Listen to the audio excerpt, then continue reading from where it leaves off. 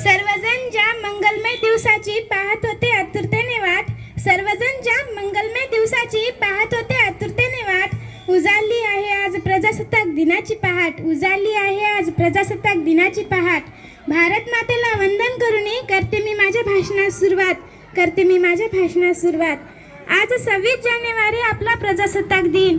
आज आपण हा दिवस मोठ्या उत्साहात आणि आनंदाने साजरा करीत आहोत. मित्रांनो, स्वातंत्र्याचा सूर्योदय जरी 15 ऑगस्ट 1947 रोजी झाला असेल तर त्या स्वातंत्र्याला आकार देणारा दिवस म्हणजे 26 जानेवारी 1950 होय. डॉक्टर बाबासाहेब आंबेडकरांच्या हातून मृत स्वरूपात आलेली राज्यघटना 26 जानेवारी 1950 रोजी लागू झाली आणि आपला भारत देश लोकशाही प्रजासत्ताक देश बनला. मित्रांनो, आपण आज इथे सर्वजण प्रसन्न मनाने हसत मुखाने बसला आहोत. आजचा हा सुवर्णमय दिन पाहण्याचे भाग्य आपणास लाभत आहे. पण या स्वातंत्र्याची कथा फार मोठी आहे. जाने कितने मर मिटे तब हमने आज़ादी पाई है, जाने कितने मर मिटे तब हमने आज़ादी पाई है. गणतंत्र दिवस की लालिमा आज सब पर छाई है, गणतंत्र दिवस की लालिमा आज सब पर छाई है. वीरांच्या बलिदानाने, महापुरुषांच्या क्रांतिकारकातून स्वातंत्र्याचे स्वप्न साकार झाले. महापुरुषांनी, क्रांतिकारकांनी या देशासाठी आपले जीवन वेचले, बलिदान दिले. त्या देशासाठी आपण काय करीत आहोत? केवळ सोशल मीडियावर प्रजासत्ताक दिनाच्या शुभेच्छा देणे म्हणजे देशप्रेम नव्हे, तर रक्ताची गरज असणाऱ्या एखाद्या रुग्णाला रक्तदान देणे, त्याला जीवनदान देणे हे देखील देशप्रेमच आहे. प्रदूषणाने ग्रासलेल्या वसुंधरेला एखादे रोप लावून नवसंजीवन देणे हे देखील देशप्रेमच आहे. आपल्या घरातील, परिसरातील कचरा इकडे तिकडे न फेकता देशाच्या स्वच्छतेसाठी योगदान देणे हे देखील देशप्रेमच आहे. छत्रपती शिवाजी महाराजांच्या काळात गड किल्ल्याचे रक्षण करणे, ऐतिहासिक वस्तूचे जतन करणे, पाण्याचा जपून वापर करणे, नैसर्गिक आपत्तीच्या वेळी गरजूंना मदत करणे हे देखील देशप्रेमच आहे.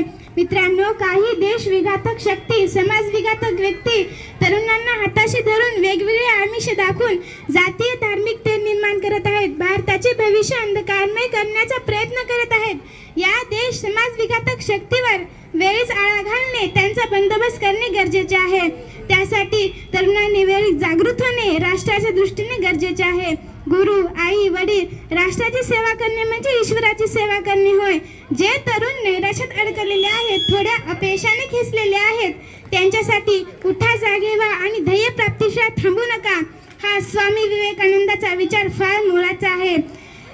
मित्रांनो, आजच्या काळात भ्रष्टाचार आणि गरिबी देशाच्या विकासाच्या आड येत आहे. ते थांबवण्यासाठी आपण वाटचाल केली पाहिजे. देश हितकारक काम करण्याची प्रतिज्ञा घेतली पाहिजे. ही आपल्या देशासाठी आपली खरी मानवंदना ठरेल. आपल्या देशाला स्वातंत्र्य मिळवून देणाऱ्या क्रांतिकारकांना, महापुरुषांना आदरांजली वाहते. भारतीय राज्यघटना लिहिणाऱ्या भारतरत्न डॉक्टर बाबासाहेब आंबेडकरांना आदरांजली वाहते. सीमेवर लढणाऱ्या, भारत मातेचे रक्षण करणाऱ्या सर्व जवानांना सादर प्रणाम करते. व सर्वात शेवटी मी एवढेच म्हणेन की उत्सव तीन रंगाचा आभाळी आज सजला, उत्सव तीन रंगाचा आभाळी आज सजला. नतमस्तक मी त्या सर्वांचा ज्यांनी भारत देश घडवला, नतमस्तक मी त्या सर्वांचा ज्यांनी भारत देश घडवला. व सर्वात शेवटी भारत मातेला वंदन करून मी माझ्या भाषणास पूर्णविराम देते. जय हिंद, जय भारत.